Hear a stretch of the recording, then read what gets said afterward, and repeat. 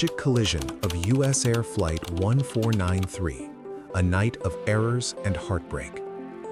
It was a crisp winter evening on February 1, 1991, at Los Angeles International Airport, LAX, one of the busiest hubs in the world. The sun had dipped below the horizon, casting a dim twilight over the sprawling runways, where the constant hum of jet engines and radio chatter filled the air.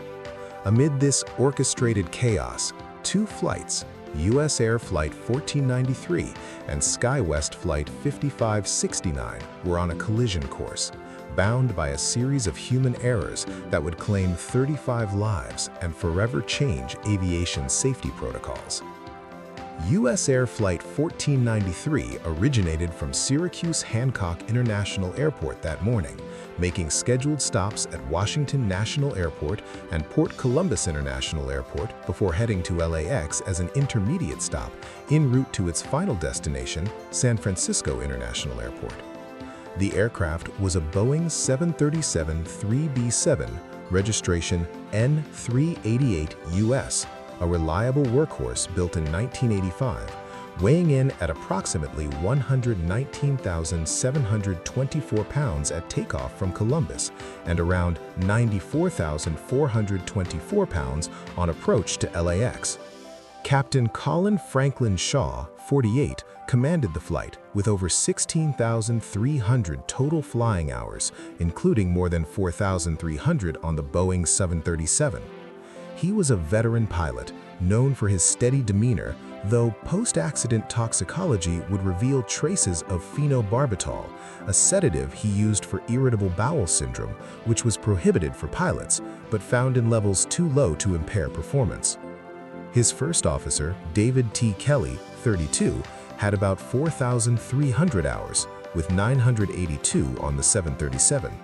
Accompanying them were 4 flight attendants, led by Deanna Bethea, and 83 passengers, including notable survivor David H. Koch, the billionaire industrialist seated toward the rear.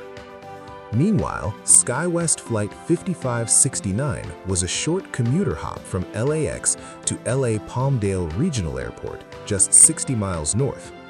Operated by a Fairchild Swearingen Metroliner SA-227AC, registration N683AV, built in 1986 with a gross weight of 14,500 pounds, it carried 10 passengers and a crew of 2.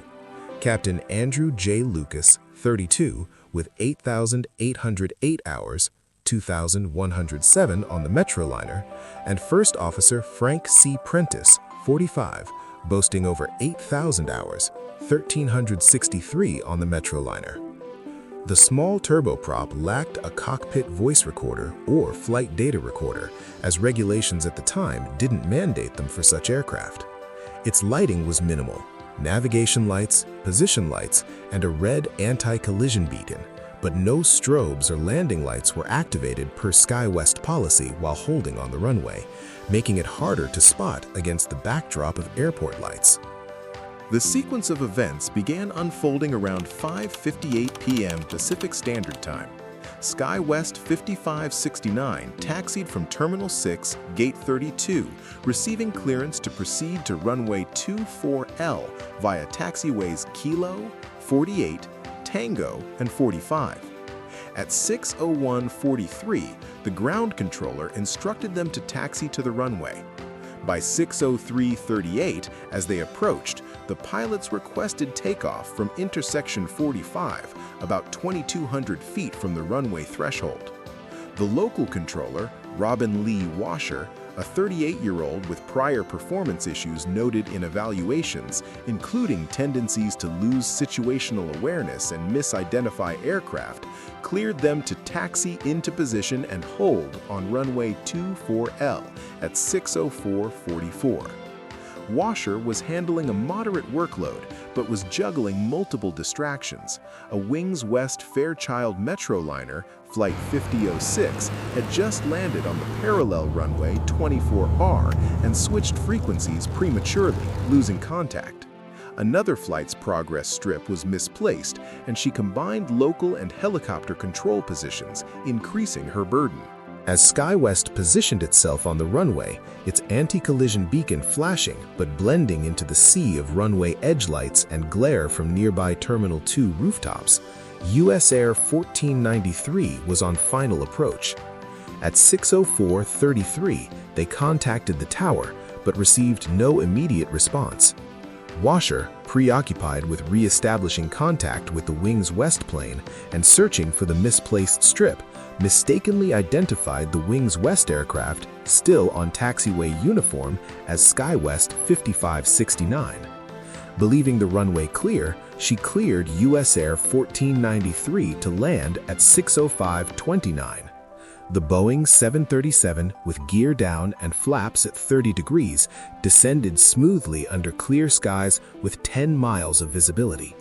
At approximately 6:07 p.m., USAir 1493 touched down near the threshold of runway 24L, its speed around 140 knots.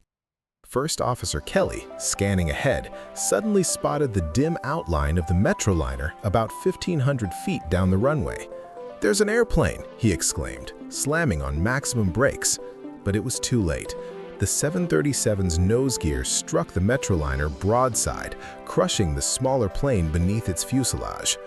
The impact sheared off the Metroliner's tail, wings, and right engine, scattering debris across the runway. The 737 veered left, its momentum carrying it off the pavement and into an abandoned fire station building about 450 feet beyond the collision point. The crash ruptured fuel lines, and a fire erupted in the forward cargo hold, fueled by leaking jet fuel and oxygen from the plane's emergency system, which accelerated the blaze. Inside the Metroliner, the destruction was instantaneous. All 12 aboard perished from blunt force trauma. On the USAir jet, chaos erupted. The cockpit was crushed against the fire station, killing Captain Shaw instantly from blunt force injuries. Lead flight attendant Deanna Bethia, positioned in the forward galley, also died in the initial impact. Smoke and flames rapidly filled the cabin as the fire blocked the front exits and one overwing door. Flight attendants shouted, "Get down! Stay low! Evacuate!"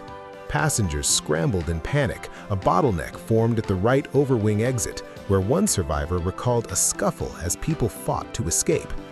David Koch, in seat 23F, described the scene as pure hell, thick black smoke choking the air, heat singeing skin, and screams echoing amid the crackle of flames.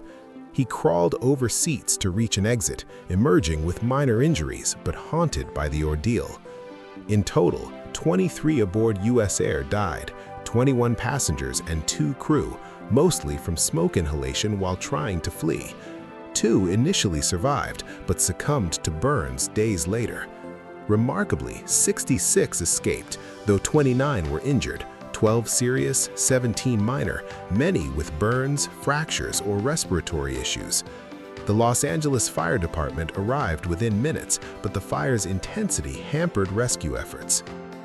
The accident was witnessed by passengers on a nearby Air Canada flight carrying the Vancouver Canucks hockey team, who had just landed. They watched in horror as the fireball lit up the night, prompting their pilot to power up and taxi away.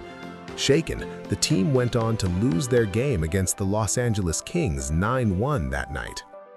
The National Transportation Safety Board investigation, detailed in Report AAR 91.08,